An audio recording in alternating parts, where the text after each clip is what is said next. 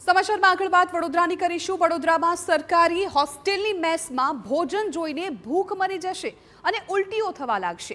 સરકારી નર્સિંગ કોલેજના ભોજનમાં ઈયળ, જીવાત અને ધનેડા નીકળતા વિદ્યાર્થીઓમાં રોષ ભભૂકી ઉઠ્યો છે। હોસ્ટેલ મેસના ભોજનના ફોટો સામે આવ્યા, જેમાં ક્યાંક ભાતમાં જીવાત જોવા મળે છે તો ક્યાંક રોટલીમાં ધનેડા આંટા મારી રહ્યા છે।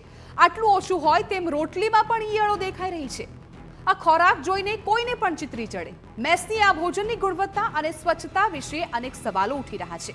વિદ્યાર્થીઓ મેસમાં ફી ચૂકવે છે અને બદલામાં આવું જીવાતવાળું ભોજન મળતા વિદ્યાર્થીઓ વિરોધ કરી રહ્યા છે।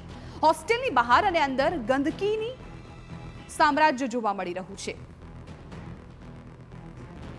જ્યારે હું ફર્સ્ટ યરથી આવ્યા ત્યારથી મહિનામાં એકાદી વાર તો નીકળે આવું બધું। કેટલી વખત તકલીફો પડી રહી છે?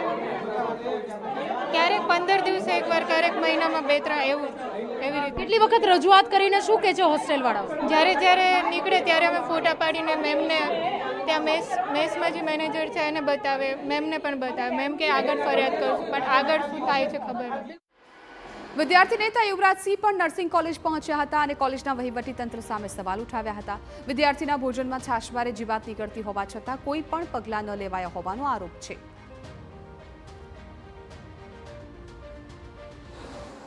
સરકારી નર્સિંગ કોલેજ જે છે એ સરકારી નર્સિંગ કોલેજની અંદર તમે જોઈ શકો છો કે કઈ પ્રકારનું જમવાનું આપવામાં આવે છે। હવે એ જમવાનું આપવામાં આવે છે તો હવે અહીંના પ્રિન્સિપાલે કહે છે કે ફોટા અમારા છે એ સાબિત કરીને આપો। એટલે ભાઈ અહીંયા તમારા જે વિદ્યાર્થીઓ છે એ જ સાબિતી આપે છે કે ભાઈ અમારી સાથે આ પ્રકારે જમવાનું આપવામાં આવે છે। તમે 2450 રૂપિયા મેસના લો છો, તમે રસીદ શા માટે નથી આપતા?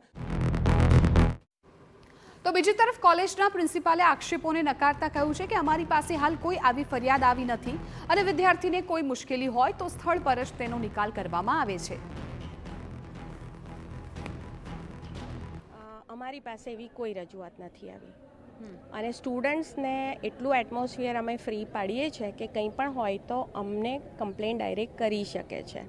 આ રીતે જે એક્સટર્નલ વેમાં છે મારે તપાસ કરવી પડશે કે હકીકત શું છે અને એના પછી જ હું કંઈ આન્સર કરી શકું। વિદ્યાર્થીઓ કહે છે કે અમે રજૂઆત કરવા જઈએ તો અમને સસ્પેન્ડ કરવાની ધમકી આપી રહ્યા છે। જો એવું કંઈ હોય તો એ લોકો ચોક્કસ મારી પાસે આવી શકે છે।